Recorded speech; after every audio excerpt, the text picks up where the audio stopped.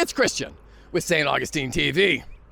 You know, I reluctantly began my foray into local St. Johns County and St. Augustine politics out of curiosity. I wanted to understand why the public spaces in my adopted hometown, that by all accounts is booming, are being neglected. Why is beautification seemingly treated like a dirty word, and the details hardly considered? This political season, St. Augustine TV invites you to come along with us on a journey as we educate ourselves on how St. Johns County and St. Augustine City politics actually work. We have invited every county and city candidate running for office during this election season to sit and talk with us. Hopefully along the way, we find an answer to my original question, and in the process, all of us become more informed and even become a stronger community. In the interest of civics, I am sitting down today with Cynthia Golos-Guergawi, who is running for City Commission Seat 4. Seat 4. But first, I want to make a disclaimer. St. Augustine TV has invited every candidate running for St. Johns County and St. Augustine City Commission to sit and talk with us. We cannot control who accepts our invitation. Elaine and I are doing this purely as a civic service and a way to meet people. We are volunteering our time and effort to do this. We are not getting paid, nor do we have a bias towards supporting any candidates. We are simply featuring those candidates who agree to sit down with us, and we welcome all of them to do so. It's free publicity, and more importantly, an opportunity for candidates to share their ideas and views with voters. So Cynthia Golos-Guergawi, otherwise known as CG3, What made you decide to run for City Commission, and why now? I'm so glad that we are starting with this question because I get to say first out, I love St. Augustine. I'll say that again. I love St. Augustine. My husband and I moved here 3 years ago in 2023. I have never felt more happy and more content in any place I've lived. It was one of the best decisions we've made, and I know that I'm right where I'm supposed to be at the right time, at this place in my life. Secondly, I've learned through my career that I am happiest and most fulfilled when I am in service to something bigger than myself, much bigger than myself, and maybe weirdly things that are super complicated and high stakes that involve a lot of kind of partnerships and interconnections, kind of the more the pain, the more impact you can have. And so putting those two things together, I've decided that I want to give back to this city that I'm just loving so much and enjoying and be of service on the City Commission. The second reason that I've decided to run is I feel like I'm qualified for the role. So I grew up in New York State. I've lived in various places in the country, spent the last 12 years before moving to St. Augustine in the Washington, D.C. area, working for a national organization in an executive administration role. And so all of the things that come with that, I feel qualify me for the role. To answer your question about why, there is the proverbial, if not now, when. But I do want to say that I think having spent the last 3 years here, feeling settled, learning more about the city, always more to learn, always more to understand. But I've gotten involved with several different things, and I feel like this is really a good time to raise my hand and jump in. Okay, well, you touched upon your background and why you believe you're ready to govern here in the city. What do you think is the biggest issue facing the city right now? I think the biggest issue facing the city, and this is kind of at an overarching level, I think it's a lack of a cohesive, futuristic vision for the city and a strategic plan that can enact that. And when I say futuristic, I know sometimes people think, we don't want everything to change, or what does that mean? When I say futuristic, I think about the things that we need to do short-term, midterm, and long-term, and sort of overlaying those things that we know that we want, that we know we deserve, we know we need to do. I'm sure we'll get into that, some of those things in this conversation. Also with, if we have a plan that says 2040, well, what is the broader society going to look like at that time? Technology changes, other innovations that are going to come in and force us, but also offer us the opportunity to just live and work differently. I think we have to overlay those things and all of those considerations in a true strategic vision. And I think that's what's lacking. I see a lot of components. I see a lot of good ideas. I'm sure there's great intent, but I think that's probably the greatest challenge that we're facing. I say the most moral societies and communities preserve and build for future generations. That sort of sounds like what you're talking about is not just stewardship, but of a cohesive vision. What are we following? Where are we going? What path are we charting? And what's going to be here in 30, 40 years? One of my favorite quotes or little razors in life is, whatever is prioritized, you get more of. If elected, what would be your top 3 priorities? So I think my first priority is going to be mobility, the ways in which the residents, tourists as well, but those that interact with the community, those who might live outside the city because they can't live in the city or they don't want to, students, how everyone that comes in and connects into the city, how do we move around and transverse the city? Mm-hmm. What are the different modalities? What are the different options for people? And how do we sort of clear the challenges that we have so we can make it, that one quality of life point, better for everyone? I think that is a underpinning of something that we have to do here, and I think that is the basis for, rising a lot of boats. Mobility seems to be one of the big hot topics this year, especially in the city. I think my next priority is the continuation of the work that we're doing on infrastructure and resilience. I think to have a future in St. Augustine, it's kind of the unsung heroes. It's the sexy work that we do and the projects, but that are so important to our vitality and our continued existence and livability in St. Augustine. That would certainly be a second priority.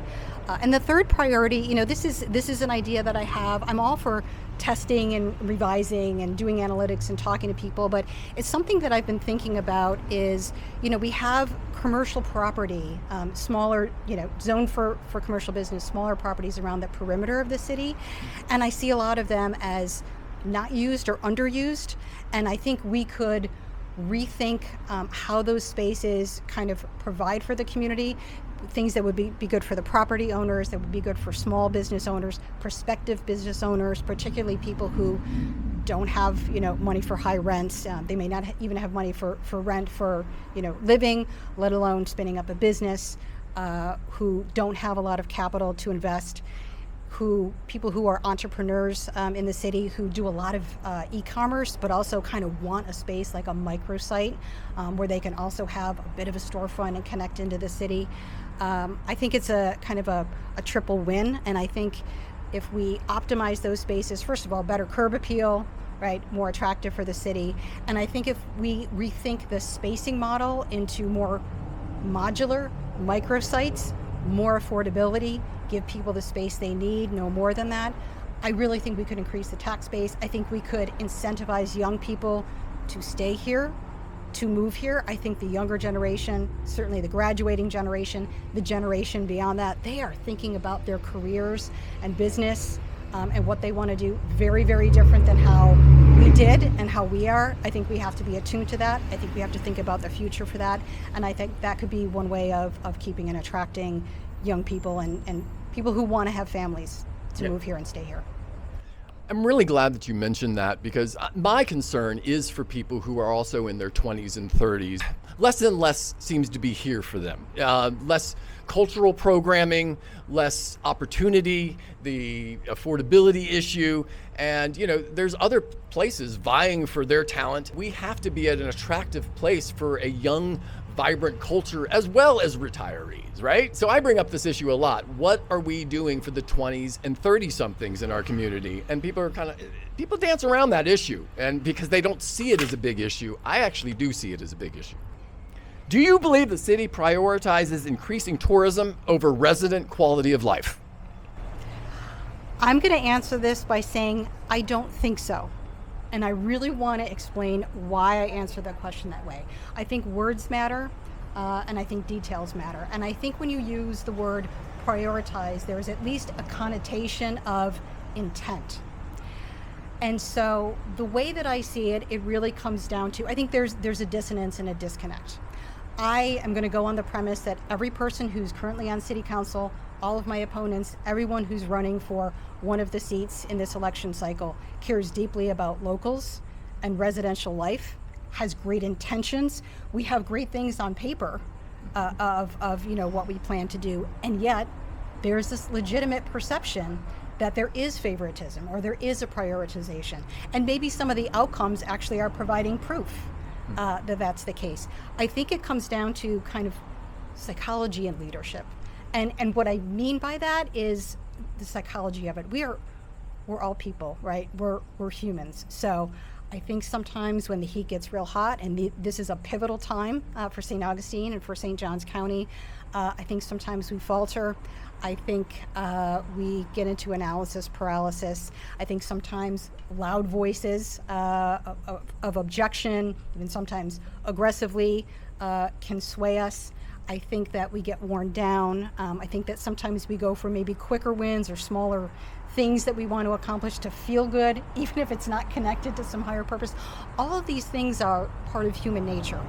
So I think that's where management and leadership, you start to see the differential, because as leaders, of course, we have to be attuned to that. We have to listen to people. We have to understand what people are feeling, what they're thinking, what their motivations are. We have to be able to communicate and collaborate, but leadership has to be able to think above that, talk above that, steer above that, collaborate above that, make decisions above that, and actually enact the things that we need. And that's what I think, I don't want to say we don't have any success with that, but I think that's the gap. I think that's what we need and what the city should expect from its leadership. In other colonial towns, attending to the details is a part of their business model.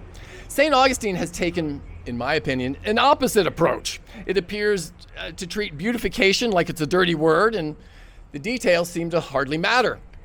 My question to you is, how important are the details in a historic city like St. Augustine to you? I think the details are extremely important in a historic city. I think the details are important in any city and in any municipality. And so you can compare St. Augustine to other towns, and the question is, why is that? Why is that? And I think it really is a matter of, when you think about your priority stack, if we were to take all of the things, all of the opportunities, all of the challenges and the pain points, and we were to kind of graph them out individually, with one axis being importance and the other axis being urgency, where does that fall? Where do public spaces and cleanliness and the functionality of those areas, where does that fall? And I think we are sort of in a pattern here, maybe compared to some of these cities, where it's not great, but it's not bad enough, right? And you can say directionally, that's where we're going. And I hope that, and I think people should expect City Council to get in front of this and to prioritize it, because I think it's extremely important to the city. It's almost kind of like a measure of health, and I don't mean public health, but hey, is the patient sick? I think that this is an indicator of kind of health of the community. And so I think that we need to move away from a reactionary type of posture to a proactive posture with this. So when we first started this process, my assumption was that overdevelopment was the biggest issues facing the county, and overscaled tourism was the biggest issue facing the city. I have changed my mind about that, and I've become aware of this rift in between the city and the county. I've heard some really awful things said. St. Augustine is too special of a place for us not to all want to be good stewards of this place. What do you bring to the table to soothe that or repair that relationship? So I think there's a couple of things. The first is that I have a lot of experience dealing with partnerships, a constellation of partnerships, direct partnerships, whether you're talking city and county or all of the various interests in town and within the county, and knowing that there are different power dynamics that are always in existence with partnerships. And so I am running as a realistic, optimistic candidate. And so I think we have to deal with where we are. I think we have to say, and I certainly would say, what is the goal? I don't think anyone wants to be thought of in that way or talked to that way, but you have to be able to sit down. You have to be able to, at the same time, remove your ego, but be a strong advocate. You have to be able to come to the county with your ducks in a row and say what you want, why you want it, what impact it's going to have, how you're going to do it. And I think you have to find those points of commonality I think you have to start to build trust. And that doesn't happen overnight. And there are, bumps and hiccups along the way. But I have seen what happens when it works, even if there's incremental improvement, even if you don't get, to where you want to go in as quick a time as you think is optimal, it makes a difference. It is the foundation for how we're going to move forward, both in the county and the city. Again, I bring that experience, I bring that level of comfort in dealing with those types of dynamics, and as naive as this may sound, I look forward to getting into it because I think that is how we are going to move the needle here in St. Augustine and within the county. I absolutely agree. I would like to see voters reject a lot of the negativity that I see. And I like what you said, partnerships. We should be looking at this relationship between the city and the county as a partnership, not this adversarial thing, not this, well, I've got the bigger pot of money, so you must do what I say. And I want to see the script get flipped, where we get into creator mode as we're all creators together, right? I mean, each one of us in this community, because it's pretty small, we all are creating this place together. I in turn really like what you said about co-creation, and the way I used to, with my teams, I've had oversight for strategic business operations for many years. What I did in my previous career in DC. And what I would always say to my teams is we have to get out of our own mindset of gatekeeping and move towards enablement, right? Helping enable each other. And I think it's possible, and I think it's tough work, and I think it's the right work. And we are our fates are too interconnected to not do that. And I would like to see the city commission, I think, work better together, shifting our own mindsets. I hope that there are people that are, running for county commission seats who are going to be change agents as well. And I think we can do it. I think we can do this, and I think we must do it. Cindy, I was a president of a condo association for a while, and it was really difficult because there's so many people who were negative Nellies, and they were just coming after me, and it was unreasonable and crazy. How do you deal with negative Nellies? I will tell you, I think I have a very different approach to it and take on it. And it's just, my philosophy, my own personal philosophy. I don't mind it. And that doesn't mean that it's sometimes not uncomfortable or, hey, we need to, move past it. But I would much rather have someone, whether it's for the right or wrong reasons, be engaged, civically engaged, otherwise engaged, right? Something is driving it. It's emotion, it's fear, it's whatever it is. And you have to get down to the root of what's motivating them. You have to make people feel heard. You have to make people feel understood, even if you're not coming to a point of agreement. And then you have to say, and it is my job to kind of lead. And it's, as we were talking about before, we have to say, here's what we're gonna do. Come along with. And so often, so much of the time, people then say, predictive change management model, that's great, or that wasn't as bad as I thought, or I never knew it could be.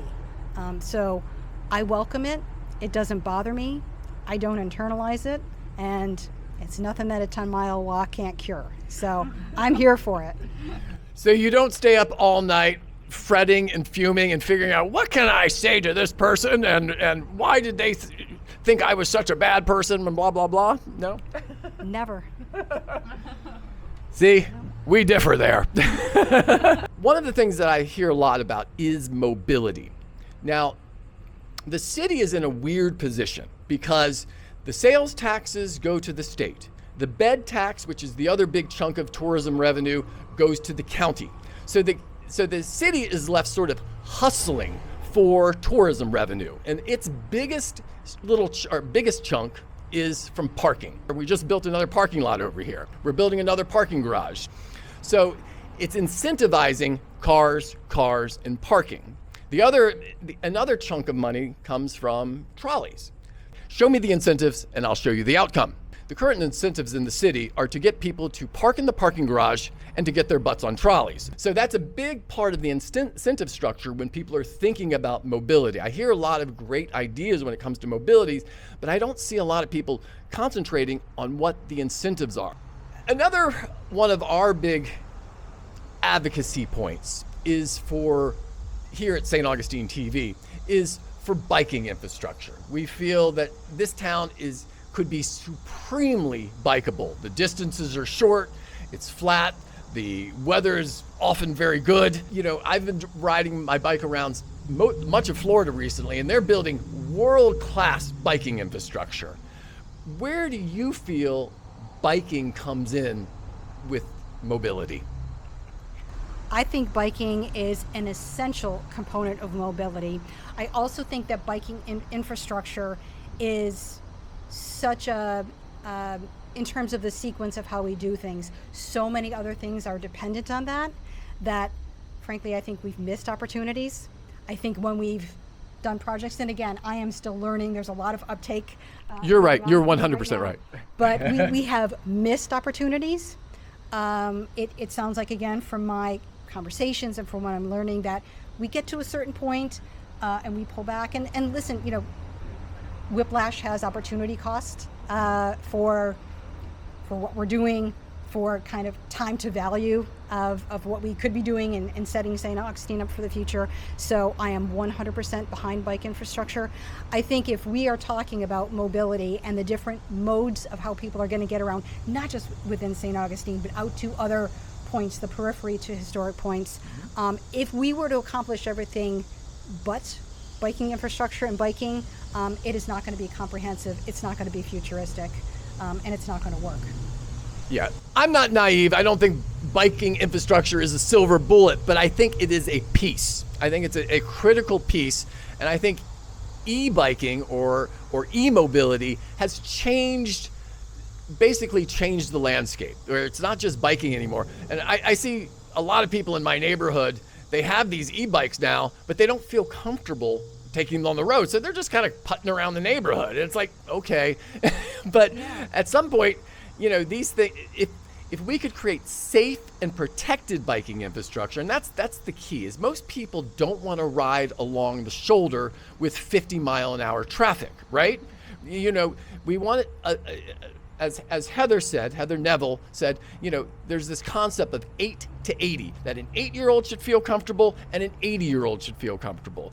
There's virtually no biking infrastructure where that's true, And this town is so small. I can ride from Fort Mose to the lighthouse, which is basically the entire length of the city, within 20 minutes. You know what I mean? I really do think that, we were talking earlier about where is the overlap between the tourist interest and local, resident interest. And I think I agree completely with your point about e-bikes and how it's sort of revolutionized. I mean, we don't necessarily have all the shade and protection that we could. It gets very warm here in the summer, and I think e-bikes are a game changer.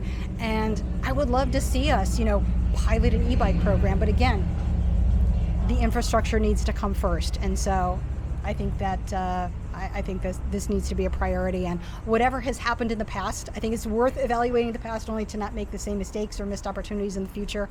I think, we have to have the will to get that done. My pie in the sky vision for St. Augustine is it would almost become synonymous. Oh, you're going to St. Augustine? Oh, that place is so wonderful. You can ride your bike to cafes from your Airbnb or your hotel. Isn't that just so great that you can walk everywhere and everything's so short, and that you don't have to get in your car? It's the paradigm shift. Yeah, it's the paradigm shift. But once that becomes the thing, then it's there. Then it becomes synonymous. Then that's how people are oriented around it. So it's really just it's doing the projects that we need to do, and it's then that change, and then that becomes kind of codified in our identity and who we are. So that's the good news, is that once we have it, that's going to become, I think, a really important and wonderful part of our identity as a city. No, everything seems crazy at first. You always get what did the guy that commented the other day, the hill of hysteria. First you get all these people who are, we can't do that. And then finally oh, maybe we can do that. And then eventually it becomes things that I'm so happy we did that. It's amazing that we now do this, So I like that concept. And for the viewer who suggested that, thank you. The hill of hysteria. Okay, let's shake up one thing. If you could fix one thing overnight, no budget constraints, what would it be?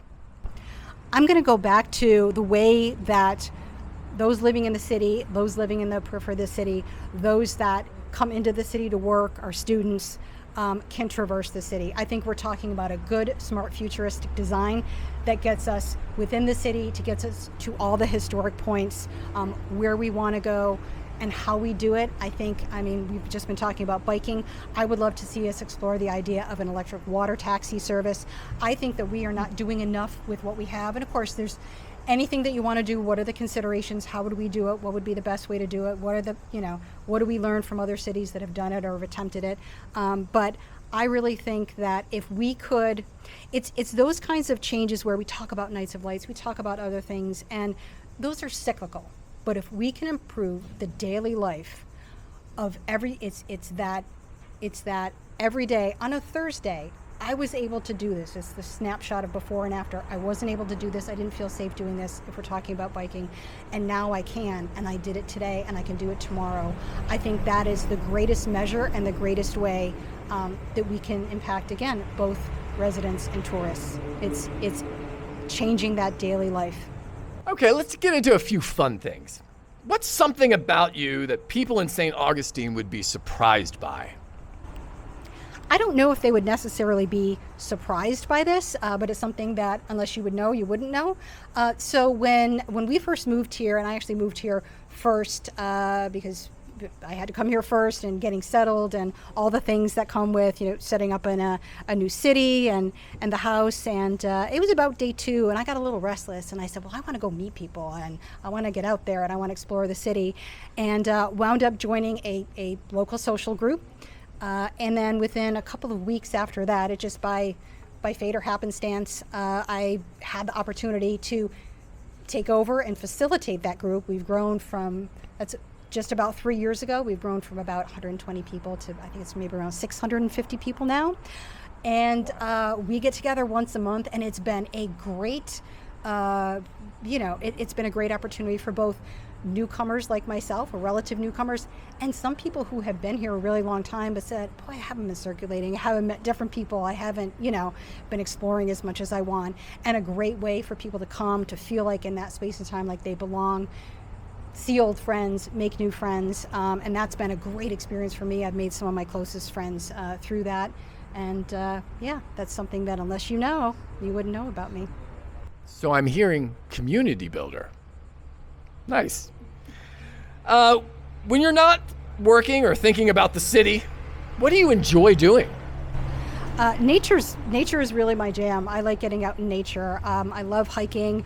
I love climbing. One thing about moving to Florida is it is very flat. So of course, I do like to, when I travel, go somewhere where there are mountains, but I find a lot of respite. I find that I can think better. I find that I recharge. I find that problems that seem so exigent, even if they are, when you're out there with other people, I always say there's nothing a 10-mile walk or a, even longer can't cure. And so that's what I've been spending a lot of time doing. I also like reading. I write probably mediocre to bad poetry. So it's another thing I enjoy. Where's one of your favorite places to go enjoy nature in or around St. Augustine? So when we first moved here, actually, we lived on Anastasia Island, and we're within walking or biking distance of Anastasia State Park, and just love that. That was a great touch point. A little bit further out, I really enjoyed going to Ravine Gardens through the different seasons. Been spending a lot of time on the GTM trails, and living in Madera, it's just kind of around the way up, past Villano, and so many others. And full disclaimer, for the amount of time that I've been here, I don't feel like I've explored enough or done enough. So that is absolutely a personal goal of mine. But those are some of my favorites. Don't sleep on Stokes Landing Conservation Area. Although this time of year it's getting a little buggy, but it's only a couple miles from where you're at. What's one local opinion you might have that might get you in trouble? This one's a tough one. Ooh. As a city commissioner, or in any of my, in my profession and any of my, career roles, I have never seen my role as the job of making another person or other people happy. I see my role as the person who's going to work tirelessly and do all of the things the leadership principles, the strategic planning, the enactment and execution of the plans to create the conditions so that people can be happy and they can flourish, right? And they can have a better quality of life every day, and to remove the barriers to that. And so that would be my focus on the City Commission. What's one thing that you have changed your mind about in the last few years? I would say it is in the last few years. And, living in Washington, D.C., you do get caught up, whether you want to it or not, whether you're in it or not, whether your work is political or not, or government, in the federal, And of course, I've always known that local politics is where it starts. It's what matters. So I think I've had an understanding of that.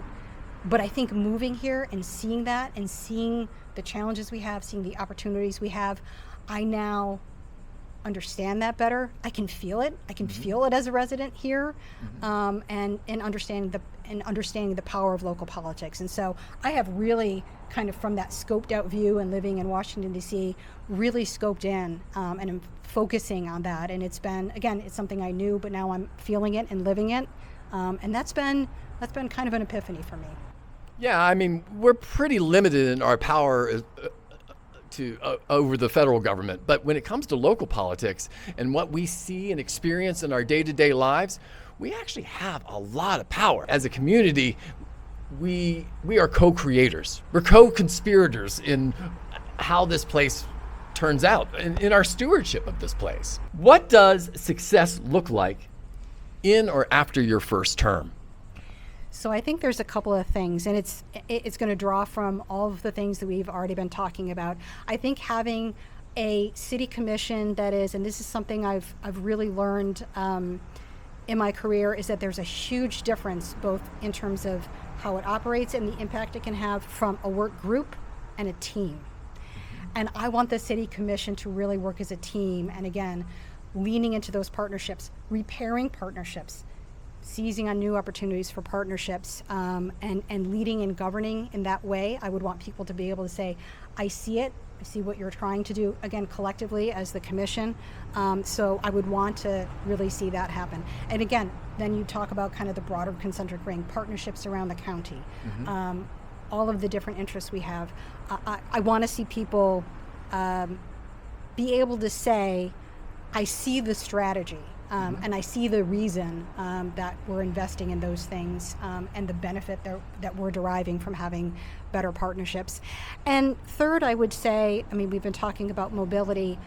I want people to be able to say at the end of 4 years, I mentioned this before, a snapshot in time, here are the things we weren't able to do, and here are the things we can do. And man, if people's daily lives, the way they get around the city, their relationship to the city, how they feel about it, if that has improved, I think that's a measure we can all get behind. What I dig about this conversation is that you're pointing out something that I really, really like. This city, this county, has more opportunities than it does challenges. Everybody is focused on the negative, or so many people are focused on the challenges that they don't realize that we have this whole large range of opportunities that we could seize.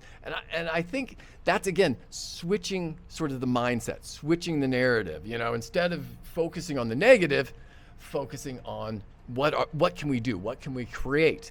I've been kind of upset to see that there's a lot of dwelling in what I consider the low vibrational states, and I would like to see a rejection of that and us go, wait a minute, we want to create together. We want to find places where partnerships are advantageous. We want strategy, we want planning and strategy. We don't want to go through this willy-nilly anymore, And I feel like that's what we need for leadership right now, is them to come together and to say, hey, and for all of us to come together and say, that's where we want to go. We have more opportunities than challenges. And I want you to speak just a little bit and finish up with that. Yeah, I agree completely. I think it's so easy to get dragged down into the lowest common denominator. It's just an easier way to go. But to be the higher versions of ourselves and the better versions of ourselves, that's what leadership is about. And I think it's to your point of, here's where we're going. You have to sell that to people. You have to make people understand the greater gain, the greater good, and you have to have the will to see it through. And I think that's exactly what you're talking about. And I want to say that I don't think that any of the challenges we have are unsolvable. I have been in positions in life where, at least in the time being or for the foreseeable future, there are true intractable problems. I don't think that's what we have here. And I have a lot of hope and optimism for St. Augustine. Thank you, Cynthia Golos-Guergawi, or CG3, for sitting down with us today. Thank you for tuning in.